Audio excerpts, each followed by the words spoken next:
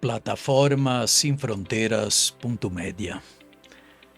Es una alegría estar con ustedes una vez más para continuar nuestros diálogos de una comunicación para la cultura de la paz, construyendo un mundo donde haya libertad para que todos puedan participar, expresar sus opiniones y también construir esta nueva sociedad, este mundo donde haya dignidad, paz, justicia y derecho para todos. Como nos ha dicho Jesús, he venido para que todos tengan vida y vida en abundancia, y aquí trabajamos en esta construcción del reino de Dios. Y para continuar nuestros diálogos de esperanza en la construcción de la paz, tenemos hoy la dicha de tener con nosotros el padre Rolando Calle. Es un padre jesuita, comunicador, miembro de Signes, que también fue por algunos años rector del Colegio San Gabriel, ¿no? Y entonces tiene una larga experiencia de trabajo aquí en Ecuador y va a compartir con nosotros un poco esta experiencia de cómo la comunicación puede nos ayudar en la construcción de la paz, en la construcción de este espacio en donde a partir de los territorios, a partir de cada grupo, cada cultura, pueda también tener su espacio de construcción de este mundo nuevo frente a tantas amenazas de una comunicación global direccionada por los grandes medios, y conocer un poco la realidad que estamos viviendo en este momento aquí en Ecuador. Tiempo de elecciones, tiempo de todavía de situaciones de violencia, situaciones de una seguridad social un poco instable, y de tantas otras cosas que a lo largo de este diálogo vamos a compartir con ustedes. Bienvenido, Padre Rolando, estar con nosotros en este momento. Muchas gracias, muchas gracias. Padre Rolando, si usted, así conociendo un poco a partir de la comunicación, la realidad un poco actual del Ecuador, en estos tiempos de mucha comunicación, de mucho ruido comunicacional, pero que a veces la comunicación no es la que debería llegar a todos los oyentes para estar informados de lo que está pasando, ¿no? Un poquito la realidad social, un poco de cómo estamos viviendo aquí en Ecuador a partir un poco de este eje de la comunicación en la construcción de la paz. Bueno, la vida del ser humano no se entiende si no es con esta capacidad maravillosa que tenemos para usar símbolos, palabras y comunicarnos y establecer la comunidad social, el grupo familiar, el grupo social, hasta las naciones y las asociaciones de las mismas naciones. Tenemos esa capacidad enorme que ya tiene algunos cientos de miles de años seguramente, claro, en la evolución humana, de poder usar símbolos visuales, escritos y, por supuesto, sonoros, como es la palabra. Y sin eso no hubiéramos sido lo que somos ahora, es decir, seres humanos capaces de asociarnos, de expresar cómo vamos a caminar como comunidad, como país. Si no hubiéramos tenido esa capacidad simbólica, no pudiéramos haber puesto metas a nuestro camino y decir vamos a ir hasta allá, vamos a hacer esto. No nos hubiéramos podido poner de acuerdo para construir una ciudad, un camino, para organizarnos como sociedad. La comunicación pues es esencial y es parte de lo que hace al ser humano. Somos humanos porque podemos comunicarnos. Entonces es tremendamente importante y claro, la comunicación ahora en estos últimos años está aupada y ayudada por unas tecnologías increíbles que nosotros mismos hemos sido capaces de inventar. y que de tal manera esas tecnologías nos ayudan a mejorar la comunicación, que ha llegado a un cierto punto en que las tecnologías nos están apretando y obligando a ser de cierta manera. Y nos están llevando por caminos que tal vez nosotros no hubiéramos querido ir. Por ejemplo, en este momento, si hablamos de comunicación, si hablamos de radio, televisión, los medios sociales, las redes sociales y todo eso, pensamos en que todo ese ejército de tecnologías comunicacionales nos han hecho ser absolutamente esclavos del mercado, de que tenemos que comprar para hacer algo, que tenemos que comprar y adquirir cosas y consumir para ser alguien, y todo nuestra vida parece que está orientada a qué vamos a comprar, qué vamos a hacer. Y cuando decimos ser, es decir, qué clase de poder adquisitivo vamos a tener, ¿no? Porque si tienes mucho poder adquisitivo, muy bien, has sido una persona de éxito en la vida, ¿no? Y entonces eso de tener para ser, eso las comunicaciones nos ha llevado hasta ese punto, ¿no? Y es una comunicación, si vemos todas las comunicaciones y todo lo que recibimos pues a través de los diferentes medios, es una comunicación individualista, que pone el énfasis en qué es lo que tú necesitas, tú quieres, qué quieres hacer, qué quieres ser, cómo quieres lucir, cómo quieres sentirte, tú. Y nos hemos olvidado de la comunidad, que por cientos de miles de años, la comunidad ha sido la que nos arropa y la que nos hace ser más humanos. Y bueno, cuando vino Jesús, Él ha insistido tanto en que tenemos que preocuparnos de los más pequeños, es decir, de las personas más necesitadas de la comunidad, no de cada uno de nosotros, sino cómo vamos a poner nuestras vidas al servicio de los más necesitados de la comunidad. Jesús siempre pensó en la comunidad. El grupo de Él, por eso hizo un grupo, y por eso nació la iglesia, ¿no? Y sus grandes ilusiones era que todos trabajemos para los más pequeños, es decir, para la comunidad. Y entonces, claro, ahora todos los medios nos están diciendo, nos están queriendo vender algo, porque si uno prende la televisión o prende la radio, lo más importante no son los programas que hay entre anuncio y anuncio. Lo más importante, lo que da vida, lo que da dinero, lo que hace vivir a ese medio, es los anuncios, las propagandas, lo que nos quieren vender. Eso es lo más importante. Y entre propaganda y propaganda nos ponen algo de relleno, nos ponen noticias, pero lo más importante es que compremos, que gastemos el dinero en algo, que pensemos en qué quiero comprar. Eso es la vida de hoy. Así es.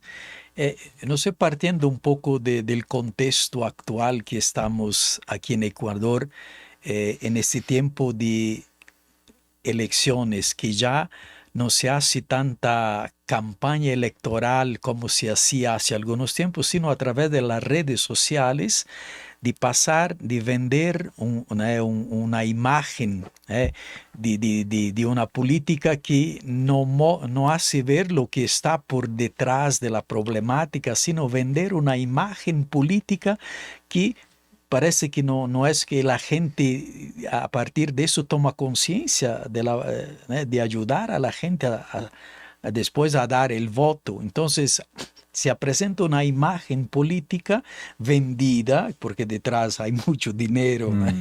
Entonces, ¿cómo esto funciona para que la gente se dé cuenta que a veces ni siempre lo que está en la pantalla es lo real, ¿no? Sabes que a mí me ha ayudado muchísimo el Evangelio. Ellos dicen, no, pero la política y la religión tienen que estar separadas. pero para mí no. O sea, lo que dijo Jesús, lo que nos enseñó, los grandes principios del cristianismo que nacen de Jesús, son unos principios, en primer lugar, comunitarios, como decía hace un momento, y unos principios que están orientados y están direccionados hacia la comunidad, hacia organizarnos mejor, hacia tener mejor autoridades. Y ahora, pues, bueno, fíjate, esa misma preocupación seguramente la tenía el Papa Francisco cuando escribió la encíclica Fratelli Tutti, ¿no? Sí, sí. Que ya van a ser 10 años a lo que escribió eso, Sí. pero es una maravilla, y ahí nos dice, yo creo que podríamos decir, es que le escribió para las elecciones que vamos a tener aquí en el Ecuador. Sí, sí. Escribió pensando, por supuesto que no era así con esa dedicatoria, pero ciertamente el rato de nosotros en cualquier lugar de la tierra que estemos y tener que hacer una elección, decir, nos va a servir muchísimo la Fratelli Tutti. Y la Fratelli Tutti, como venía de una persona que había vivido toda su vida en América Latina, pues conocía muy bien nuestro carácter. Y fíjate, yo encuentro en la Fratelli Tutti, sobre todo en el capítulo 5, ¿no?, de la encíclica, una distinción maravillosa que nos sirve enormemente para el momento actual. Nos dice que hay que preocuparse de dos conceptos bien importantes para Latinoamérica de hoy, para el mundo, pero para Latinoamérica de hoy. Uno es el concepto de populismo, las formas populistas, ¿no? Y luego el otro concepto es el concepto del neoliberalismo, que para nosotros nos viene como anillo al dedo, porque estamos oyendo que tal candidato es populista o no es populista. Sí. Y estamos oyendo que tal candidato es neoliberal o no es neoliberal. Y entonces tener claro a qué se refiere el Papa con eso es realmente muy útil para nosotros en este momento, ¿no? Y él habla, eso del populismo, hablan en los medios también, cuando quieren identificar a cierto presidente de un país, ¿es populista o no es populista? Y el Papa Francisco dice, el concepto populista es un concepto valioso, porque está refiriéndose a la relación que tiene el político con la gente, con el pueblo. Y eso es muy valioso. Ahora, puede haber una distorsión ahí si el político está tratando de llegar a la gente y de comunicarse con ellos y de darles cosas para entretenerles solamente para que él se mantenga en el poder. Eso es malo, ese populismo, digamos, es malo.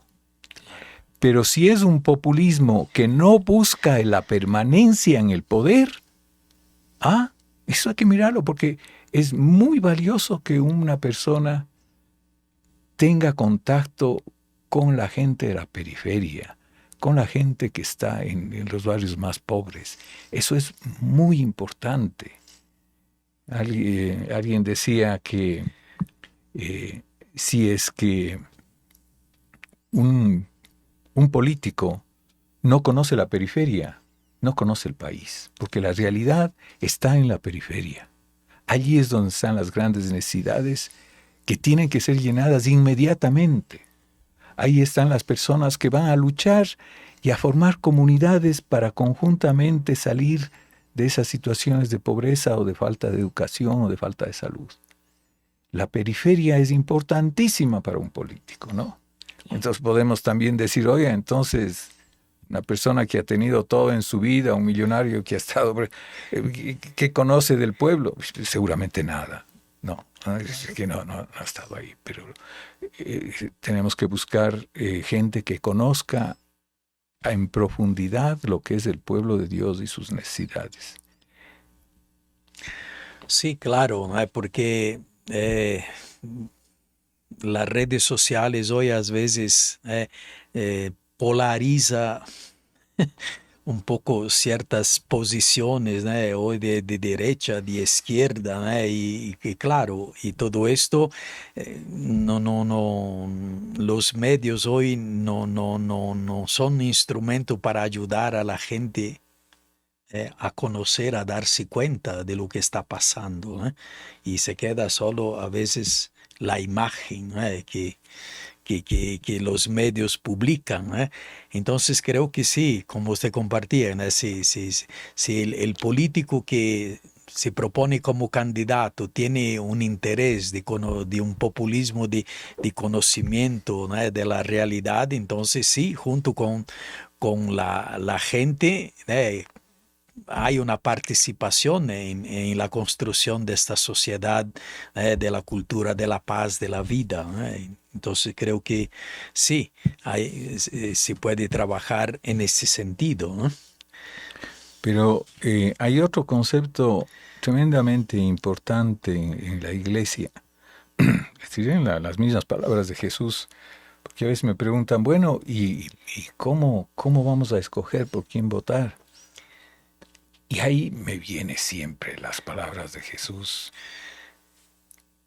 El árbol bueno da frutos buenos. Al árbol se le conoce por sus frutos. Es decir, vea lo que cada uno ha hecho, lo que cada uno hace.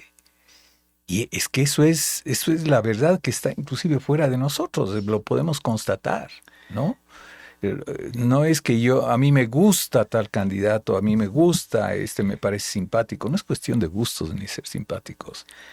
Obras son amores y no buenas razones, dice el dicho castellano, ¿no? Claro. Por sus obras los conoceréis, decía Jesús, ¿no?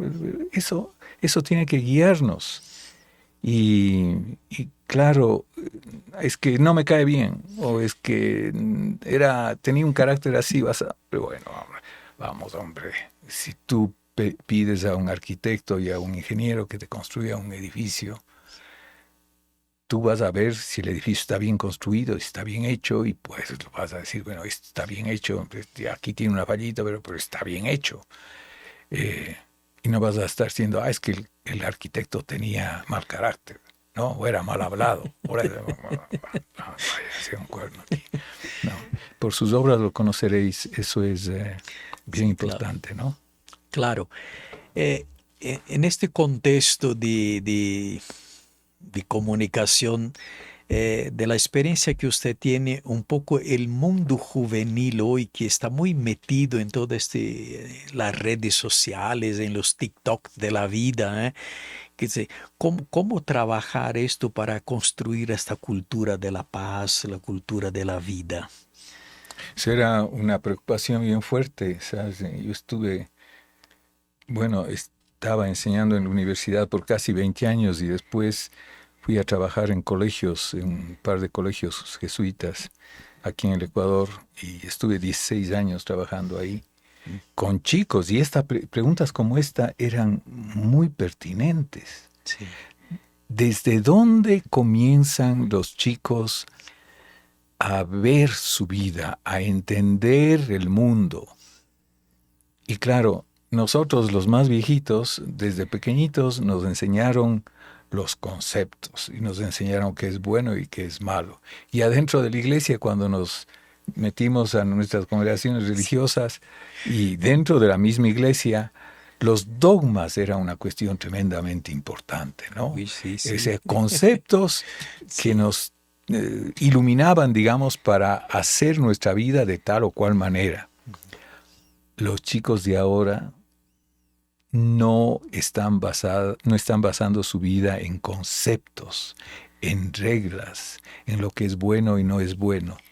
Ellos están basados en la experiencia propia. Sí. Desde la experiencia organizamos inclusive los procesos educativos. Porque cuando necesitamos, ¿cómo van a aprender matemáticas o ciencias? Cogemos un texto y decimos, bueno, apréndense de memoria las definiciones de cada vez. No, Eso, No, no, olvídate, eso no, ya no. ya no resulta desde hace años, 20 años o más, y eso ya no resulta así. Tienen que partir desde la experiencia. Desde la experiencia, eh, porque los chicos les encanta experimentar y mientras más adrenalina haya en esas experiencias, mejor, ¿no? Claro. Desde su experiencia propia, vivida por ellos, mejor si es que viven con algunos amigos, ¿no? Al lado y se vive comunitariamente, digamos. Son muy grupales los chicos de ahora también.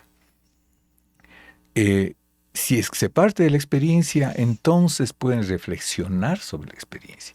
Y eso les interesa porque están interesados en entender su propia vida, su propia experiencia. Y desde ahí tú puedes irte a cierto momento inclusive hacia los dogmas o las definiciones ya más, digamos, abstractas. Pero no al revés, no comenzar con lo abstracto, sino comenzar con la experiencia. Y en la experiencia, después de la experiencia, pues llegará un momento en que tengan que decir, bueno, ¿estuvo bien o mal lo que yo hice? ¿Cómo se hubiera podido hacer mejor?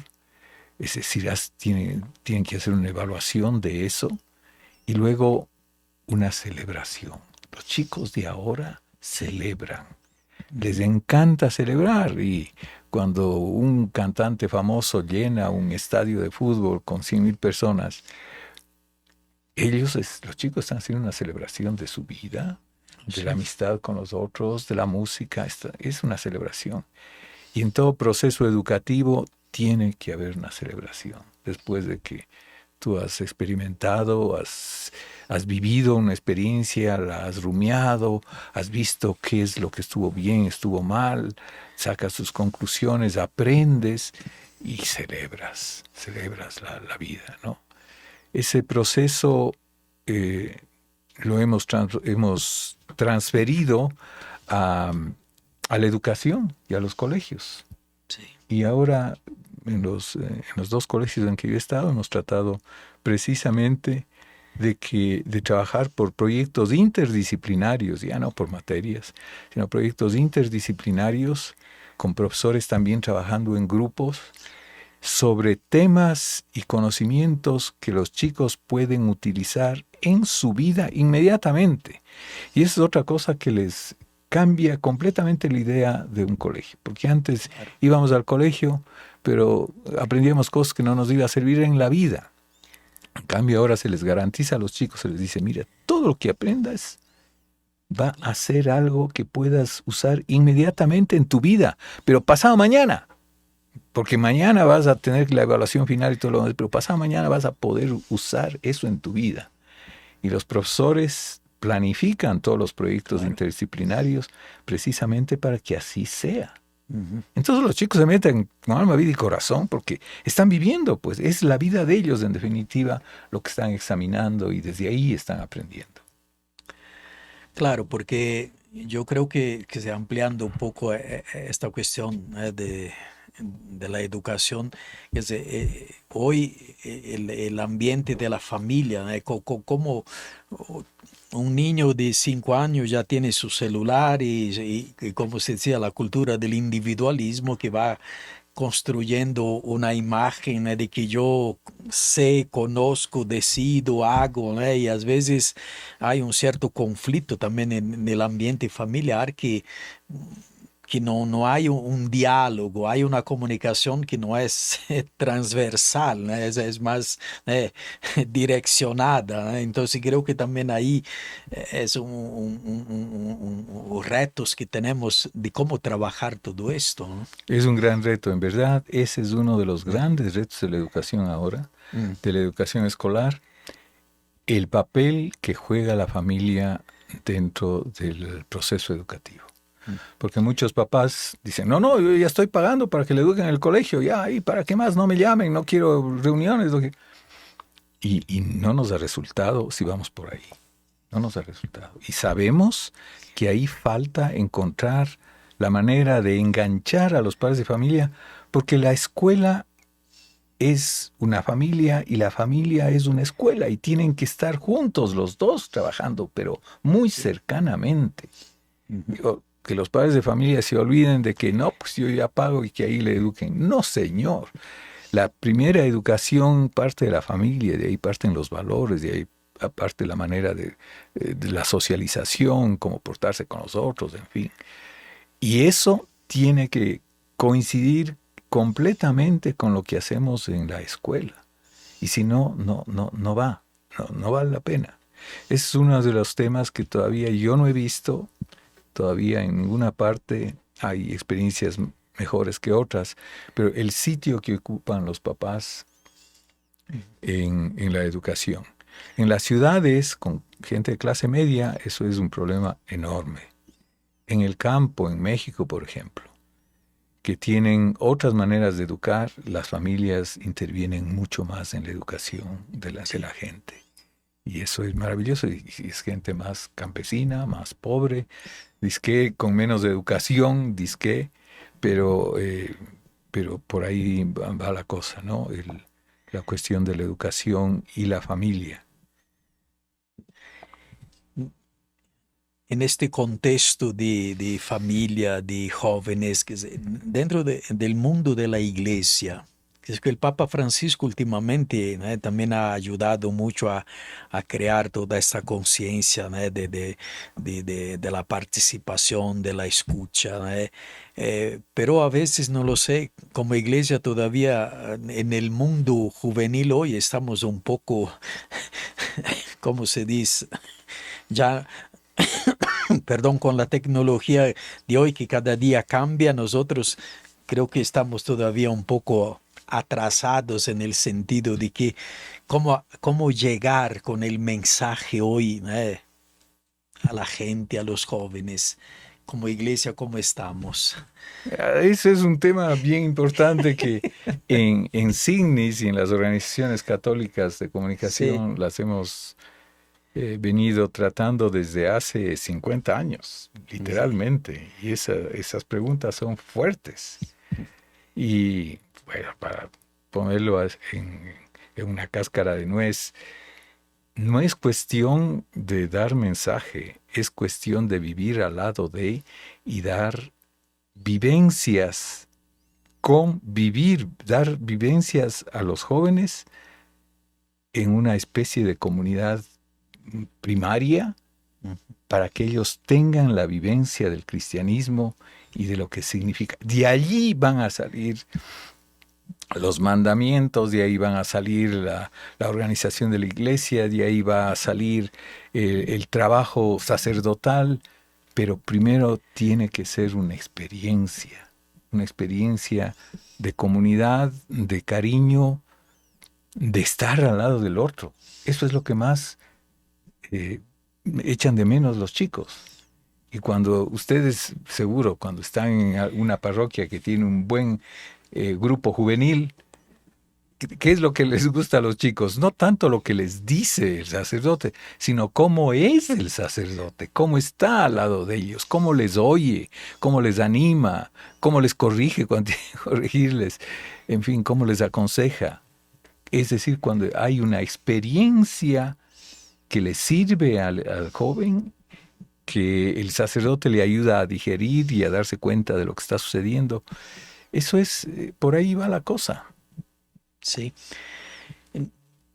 En este contexto de que la comunicación es educación, que también ayuda a construir esta cultura de paz, la cultura de la vida, hay también hoy he visto este comunicado que hizo la conferencia episcopal con la cuestión de la ideología de género en la educación hoy, que no sé cómo la comunicación está ayudando a formar a las personas de lo que es verdaderamente esto, o hay una imagen a veces de confusión de la identidad de la persona, porque la propuesta del fallo de la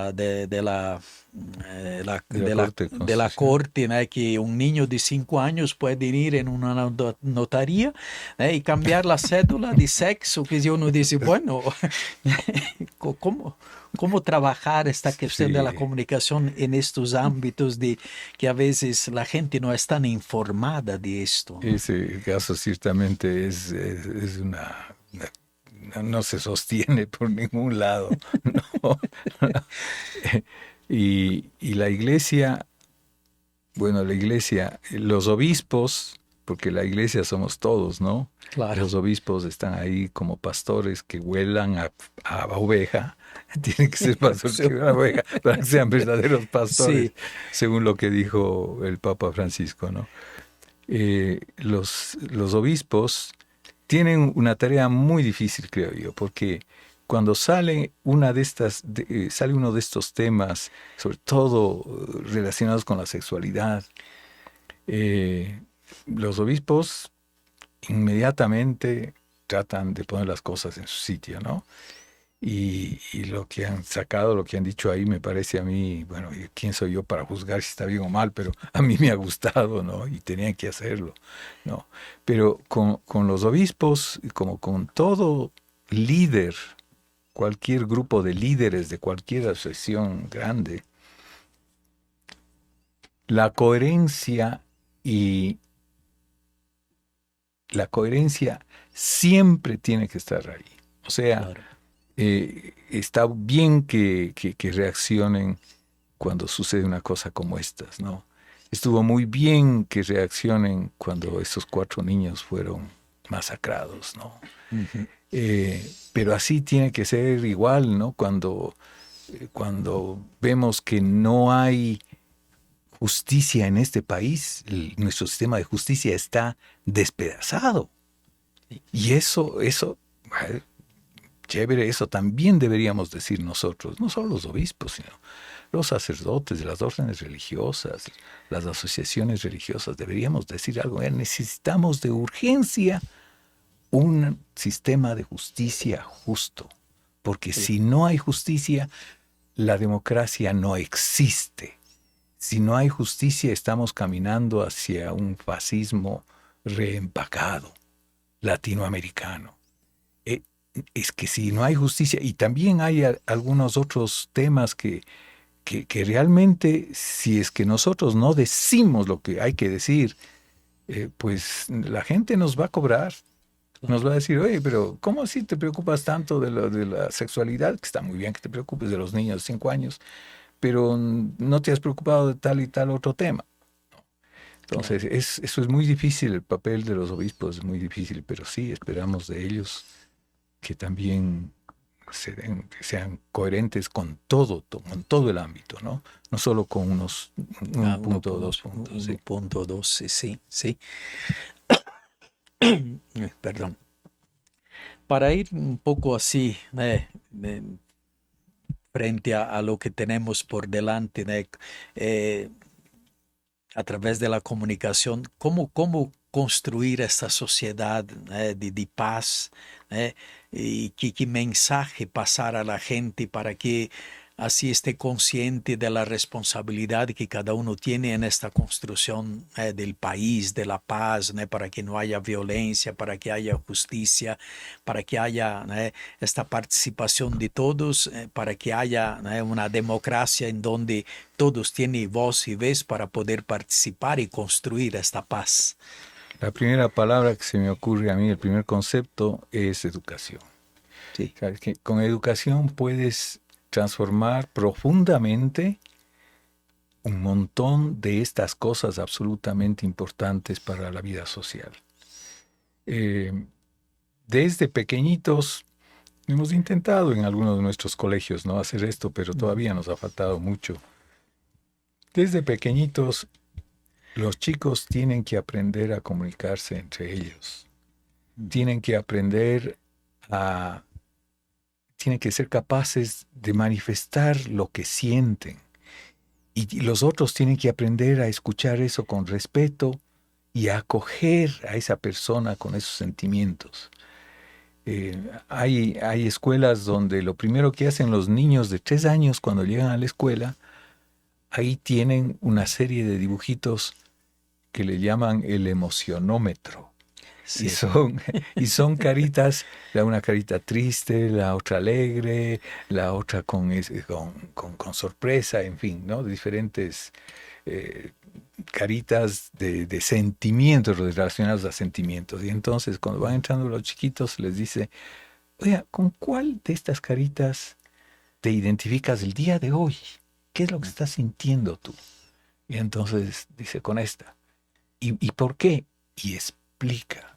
Ah, es que mis papás se pelearon y estoy triste por eso, qué sé yo, ¿no?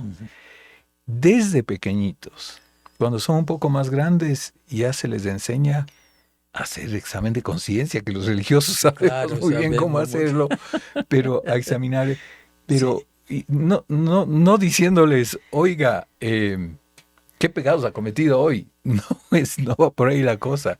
Funciona mucho mejor cuando a un chico de 7, 6, 7, 8 años le dices, ¿dónde estuvo presente Dios el día de hoy en lo que hiciste?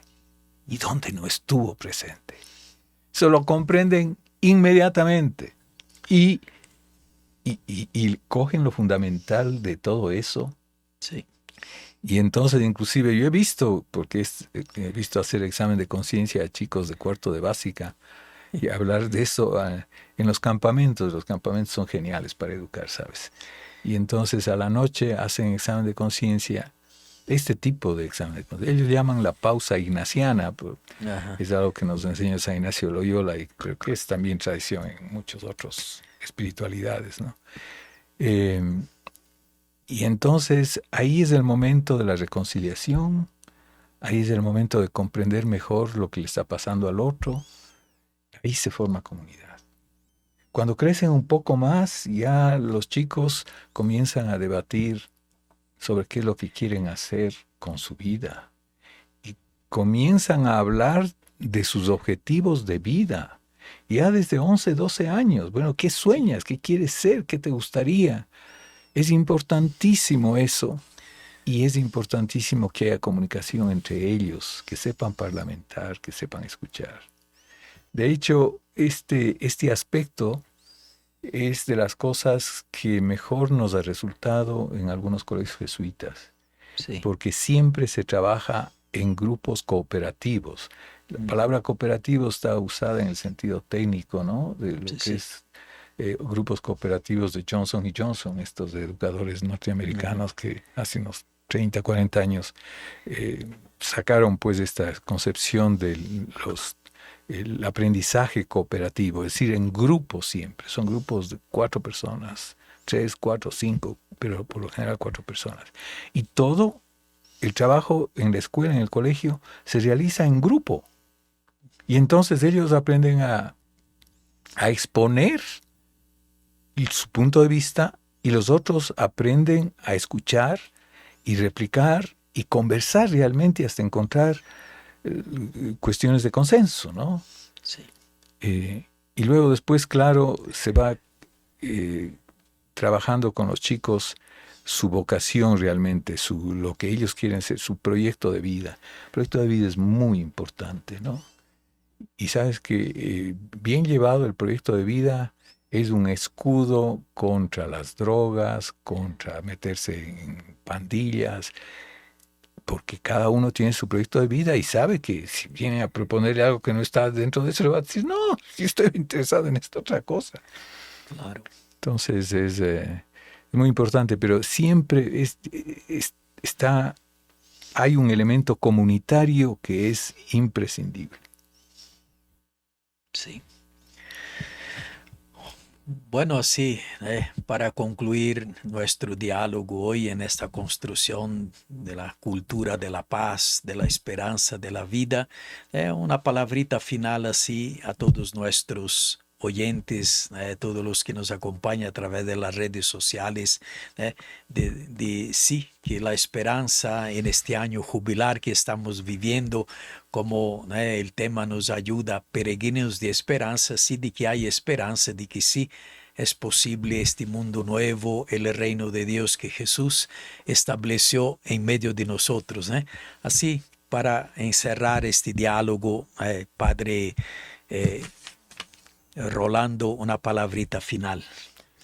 Yo voy, si me permiten, Sí, sí. a citar a Francisco sobre un tema que es fundamental y que de alguna manera contiene a todo lo que hemos estado hablando ahora, ¿no? Ajá. Que es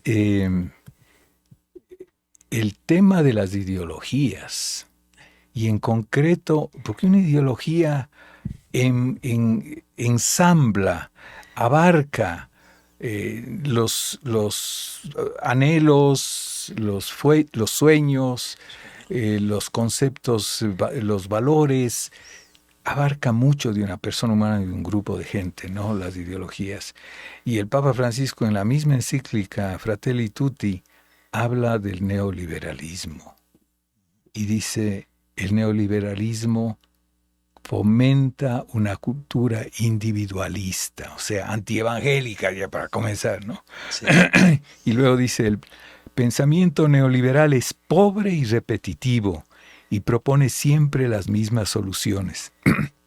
Para nosotros que estamos a punto de elegir quién va a dirigir el país, que sepamos bien clarito que los neoliberales van a proponer siempre lo mismo. Desde hace 40 años han propuesto siempre lo mismo, ¿no? Que es reducir el Estado, dar ventajas a la gente más rica, y en definitiva lo que hacen es los pobres se vuelven más pobres, son palabras del Papa, sí. Y los ricos se vuelven más ricos en el neoliberalismo. Sí, sí. Entonces, si nosotros queremos que prosiga esos ricos que son cada vez más ricos en el Ecuador, y que ha sucedido, ¿no? Y ha sucedido, sí, sí, con nuestros expresidentes mismos. Fíjense, los que han dejado de ser presidentes cada vez están más ricos, están muy bien, ¿no? Y los pobres están cada vez peor. Entonces, hay que hacer el caso al Papa. Pero si para eso son las encíclicas, para iluminarnos en nuestra vida concreta. Y claro, de todo esto yo diría lo que nos falta realmente poner mucho énfasis es en la cuestión de la comunidad. Y eso lo notábamos inclusive desde el punto de vista de la educación. A nuestros chicos tenemos que educarles para que formen comunidad, que sepan que lo importante no es que me saque yo 10 sobre 10, cómo están mis notas. Cuando venía alguna mamá o algún papá a decir, pero mi hijo, pero no ha sacado eso, ese señor, despreocúpese de su hijo. Aquí le estamos formando a su hijo para que sepa vivir como hermanos y que tenga un buen trabajo, porque sepa cómo trabajar juntos. Olvídese de las notas, por Dios, porque las notas son individuales. No, yo quiero. No. A los chicos que siempre se han sacado 10, es a los que más les costaba meterse en una educación así de grupo. Pero al fin lo entendían, porque veían después las grandes ventajas que es tener amigos, realmente amigos. Eran chicos que después enseñaban y compartían su sabiduría con los otros y ayudaban a los demás, y se daban cuenta que la cuestión académica, digamos, no es todo en la vida. Hay muchas otras cosas que se encuentran en los otros compañeros que no se sacan 10 sobre 10, pero que tienen riquezas inigualables, y aprenden a apreciar eso y a rescatar de ese intercambio una amistad verdadera. Muchísimas gracias, Padre Rolando Calle, el padre jesuita, comunicador, miembros de SIGNE, director muchos años del Colegio San Gabriel, de una larga experiencia, y nos ha compartido muchas cosas importantes en esta construcción de esta nueva sociedad, de la cultura de la paz, de la cultura de la vida, en este diálogo de esperanza. Creo que esto nos ayuda también en este camino de discernimiento frente a las decisiones que el país tiene que tomar, porque a veces frente a la realidad de violencia, para encontrar las medidas y las respuestas urgentes, a veces no vamos a construir una cárcel para poner todos los violentos. Pero uno se pregunta, está bien, pero ¿cuántas escuelas, universidades ha construido para educar a la gente? Entonces creo que es un proceso, es un camino que construyendo juntos llegaremos a vivir en esta cultura de la paz, en la cultura de la vida. A todos nuestros seguidores, acompáñenos para que también podamos sumar fuerzas para construir esta cultura de la paz. Muchísimas gracias, Padre Rolando. Qué gusto, muchas gracias a ustedes por la invitación.